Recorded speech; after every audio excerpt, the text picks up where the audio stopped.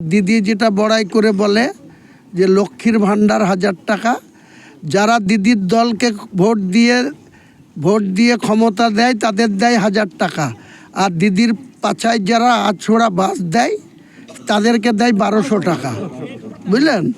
আবার এই যে পাড়াই সমাধানে দিদির বিরুদ্ধে যারা ভোট দেয় তাদেরও 10 লাখ, আর মুসলিমরা মারামারি করে শ্বশুর জামাই মারামারি করে, মামা ভাগ্নেই মারামারি করে ভোট করতে গিয়ে, তাদেরও 10 লাখ।